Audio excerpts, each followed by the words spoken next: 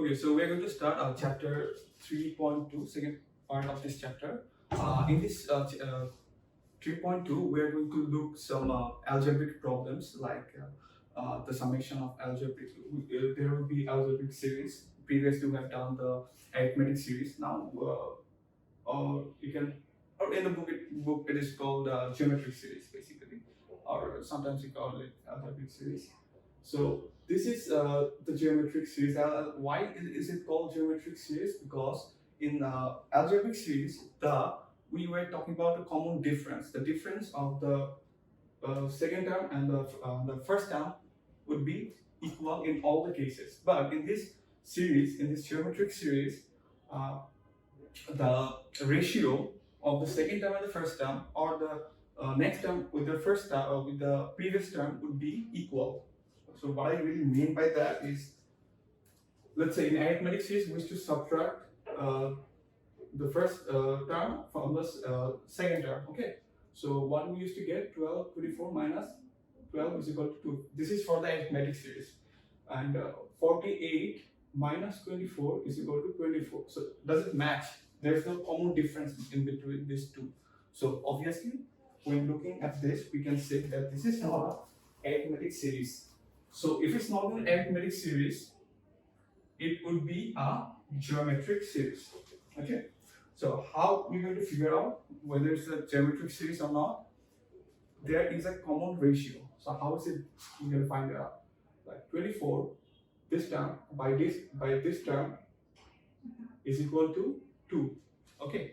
This term and the divided by the previous term will be equal to some number. And this is the ratio. This ratio will be similar for all the cases in this whole series. Like 48 by 24, it also gives you 2. So the ratio is always will be the same in this series. Okay, so that's how you need to figure out that this is a geometric series.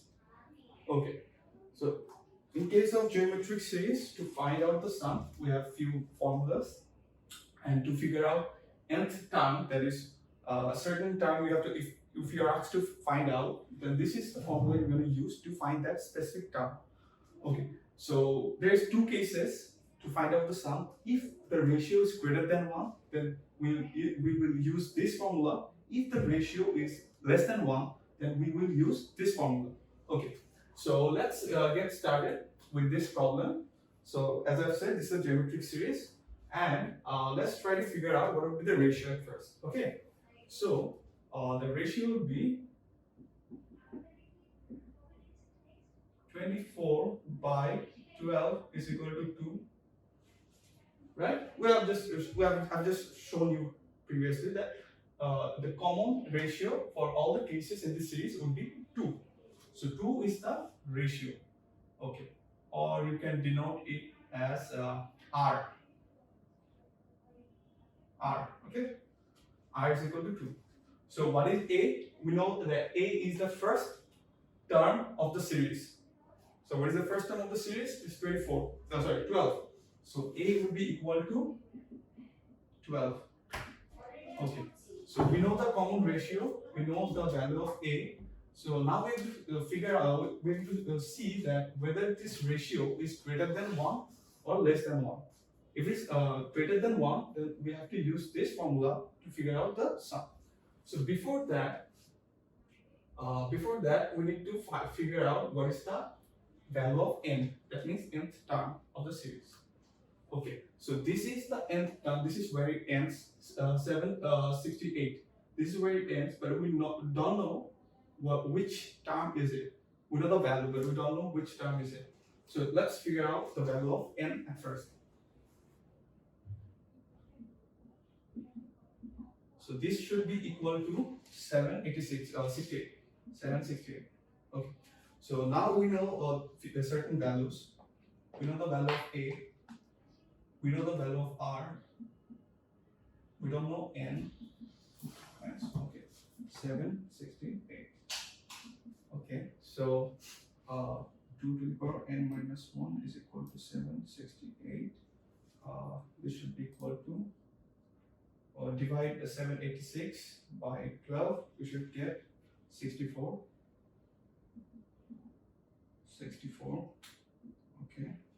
So now 2 to the power n minus 1. 64 will be equal to 2 to the power 6. So we can cancel the base. We'll have n minus 1 is equal to 6. So the value of n will be equal to 6 plus 1, which should be equal to 7. So now we have the value of n, which is 7. That means the nth term of the series would be 768. Okay. So what is the purpose of finding out the value of n? Because if you want to find the sum, we need the value of n. Okay. We know the nth term. We need the nth term. So that's why it's important that we figure out the nth term at first, the value of n, and then we proceed with the next step. So sum. So which one between these two formulas, which one should we use? It depends on the value of r. Like r, if r is greater than 1, then we will use this formula. So in our case, r is equal to 2, so which means it is greater than 1. So that's why we're going to use this formula. Okay. Into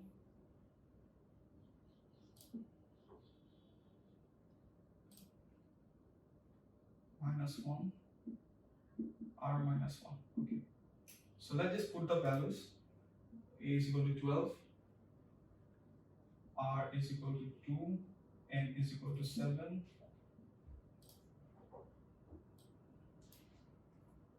Okay, 1, r is equal to 2 minus 1.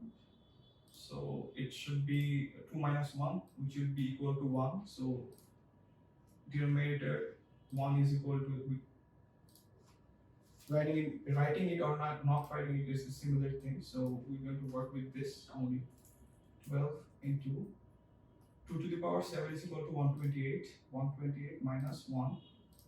So 12 into 127, which is equal to 1524. So that's how we figure out the value of the sum of the series. Using this formula, it's easy. So just put in the formula, find the sum. That's it.